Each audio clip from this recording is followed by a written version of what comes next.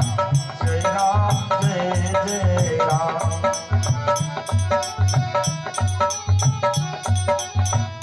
बोलो श्री राम जय राम जय जय राम।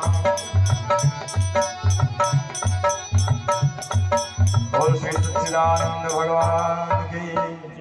विदुर जी ने सुना कि हमारे द्वारकाधीश शांति दूत बन के आ रहे हैं। बड़ी प्रबल इच्छा थी दर्शन करने की, लेकिन अगर दरबार में मंत्री पद पे रहते तो सामने आके भगवान बैठते, क्योंकि वीआईपी कोटे में रहते।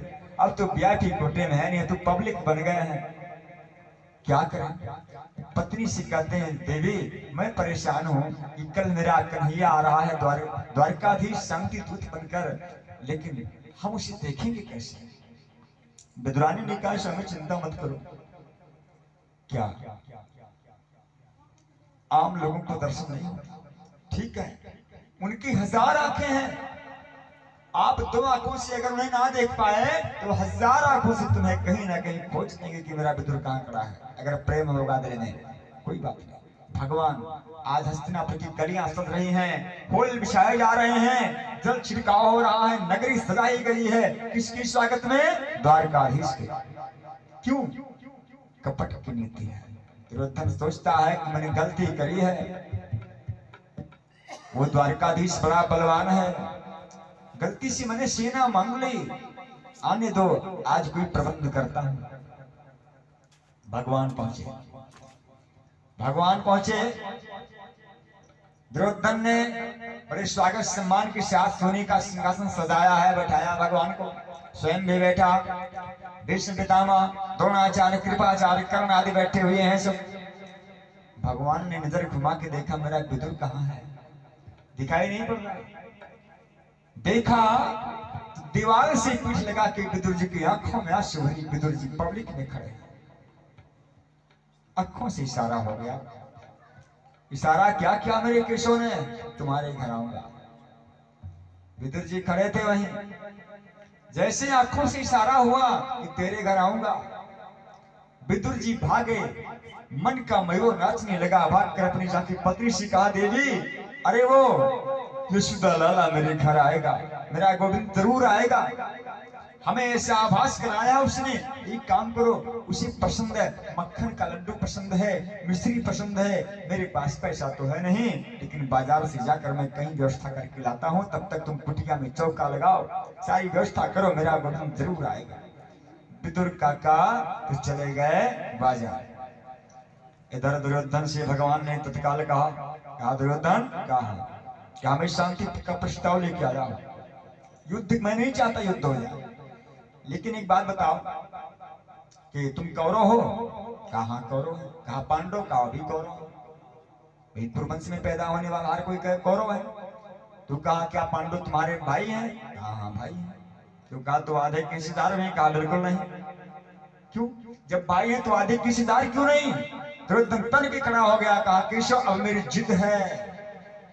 कैसी जिद है? कहा बिना युद्धेन केशव, मैं बिना युद्ध के उन पांडवों को सुई की नोक पर भी देने को तैयार नहीं हूं। भगवान ने कहा दुर्योधन ये बताओ युद्ध करोगे मुझे? कहा पांडव कमजोर नहीं है, इस ख्याल में मत रहना। और युद्ध तुमने देखा है कभी? युद्ध कैसा होता है? कहानी में सुना होगा। देखो दुर्योधन, युद्ध होता है, कितनी माओं की गोद सूनी हो जाती है, कितनी नारियों की मांग उजड़ जाती है, कितने बच्चों के सर से पिता का साया उठ जाता है, तुम्हें नहीं पता है। इसलिए 5 गांव दे दो, हम पांडवों को मना लेंगे। दुर्योधन ने कहा कुछ नहीं, भगवान से अकड़ गया वो, यहां तक कि भगवान को बंधक भी बनाने वाला था। दुर्योधन इतने में धृतराष्ट्र ने बांधवाई। दुर्योधन ने कहा मूर्ख तू नहीं समझता है, वो बहुत बलवान है, अपने पक्ष में लेने का प्रयास कर कृष्ण को। अब हंसता दुर्योधन। कहा केशव अरे गलती हो गई, देखो मेरा स्वभाव ही कुछ ऐसा है, मैं बचपन से मन बढ़ रहा हूँ, लेकिन दिल का गंदा नहीं हो केशव। चलो हम बंटवारे की बात बातें नहीं कर लेंगे, पहले भोजन करते हैं। भगवान ने कहा देखो भाई भोजन तो मैं कर नहीं सकता, क्यों? कहा भोजन इसलिए नहीं करूंगा क्योंकि भोजन करने के 2-3 रूप होते हैं। पहली बात तो भोजन कराने वाले के दिल में प्रेम हो, तो बिना भूख के भी कोई एक आध धोने वाला खा लेगा, बहुत प्रेम कोई दिखाए। अब या तो भोजन करने वाले के पेट में भूख हो, तो दुर्योधन ना तुम्हारे दिल में प्रेम है और ना हमें भूख है, इसलिए भोजन का तो प्रश्न उठता ही नहीं। दुर्योधन ने कहा केशव, वो हमारी माता जी है ना, आपकी बुआ जी अपने हाथों से अच्छा अच्छा व्यंजन बनाई है। भगवान ने कहा देखो दुर्योधन, मैं मानता हूँ कि बुआ जी ने ही बनाया है, लेकिन आज भोजन का कोई प्रश्न ही नहीं। क्यों? क्योंकि आज मेरा विदुर कलकर के यहाँ न्योता है। बिना न्योता के कह रहा है। दुर्योधन ने कहा विदुर के यहाँ आपका न्योता है? कहा कब निमंत्रण दिया तुम्हें? आप पहली बार हस्तिनापुर आए हो, कब मुलाकात विदुर से हुई? भगवान ने कहा देखो, मैं जब आने वाला था उन्होंने हमको पत्रिका चिट्ठी भेजा था कि केशव जब आना तो पहला निमंत्रण हमारे घर। दुर्योधन ने कहा तो उनके पास तो कुछ है भी नहीं, मैंने निकाल दिया उनको दरबार से, स्वयं खाने की व्यवस्था नहीं, तुम्हें क्या खिलाएंगे? कन्हैया ने कहा न्योता लिया है तो व्यवस्था करना उनकी जिम्मेदारी। चल पड़े कन्हैया। विदुर जी तो बाजार गए हैं, कन्हैया गए, विद्रानी माता जल्दी जल्दी स्नान कर रही हैं। बहुत बड़ी भक्ति नहीं है भगवान की, बहुत बड़ी भक्ति। स्नान कर रहे हैं कि भी लाला मेरा आता होगा। कन्हैया पहुंची, कुंडी खड़काई, काकी जी। अब विद्रानी को होश की तो आवाज तो कन्हैया की लग रही है, मगर क्या करें बेचारी, 2 ही 3 लोटा सर पे जल डाला है, अभी स्नान भी नहीं हो पाया है, भीगा कपड़ा है। काकी जी खोलिए, भूख लगी है। विद्रानी पागल हो गई प्रेम में, पागल हो गई विद्रानी, दौड़ पड़ी भीगे कपड़ों में, आकर के कुंडी खोल दिया कुटिया की, और भीगे कपड़े में भगवान ने कहा काकी जी तो पागल हो गए, अब क्या करें? अपना पीताम्बर उठा के भगवान ने उड़ा दिया, कालू काकी गए।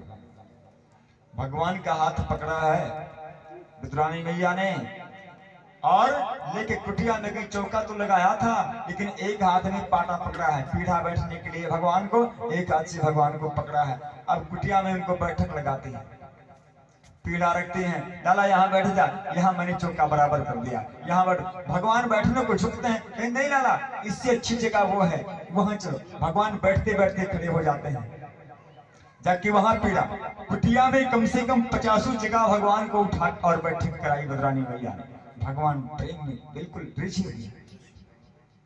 एक जगह क्या हुआ, पीढ़ा को पलट के उल्टा रख दिया, होश नहीं है कि मैं कैसा रख रही हूं, और भगवान मेरे बड़े प्रेम से बैठ गए। बोल वृंदावन बिहारी लाल की। बैठ गए। अब भगवान की लीला देखो, पेट पे हाथ घुमाया, कहा काकी जी बड़ी जोर की भूख लगी है। विद्रानी मैया ने सर पे देखा, लाला तू घबरा मत, तू भूखा है मैं जानती हूँ, तू द्वारका से आया है ना, तेरे काका जी बाजार गए हैं, अभी तेरे लिए अच्छी अच्छी माखन के लड्डू लाते हैं, फल लाते होंगे। भगवान ने कहा ना काकी जी हम तो यही समय खाएंगे, मुझे भूख लगी है। विद्रानी मैया ने कहा मेरा कन्हैया भूखा है, भूख लगी है, अच्छा ठीक है तू बैठ लाला, मैं कोई व्यवस्था करती हूँ। गई विद्रानी मैया, कच्चा केला उसी दिन काट करके उसको पकाने के लिए रखा था, कच्चा केला निकाल करके लाई, उसी केले का छिलका बिछा दिया है। कहा लाला ठीक है तो बैठ, तुझको मैं भोजन कराती हूँ।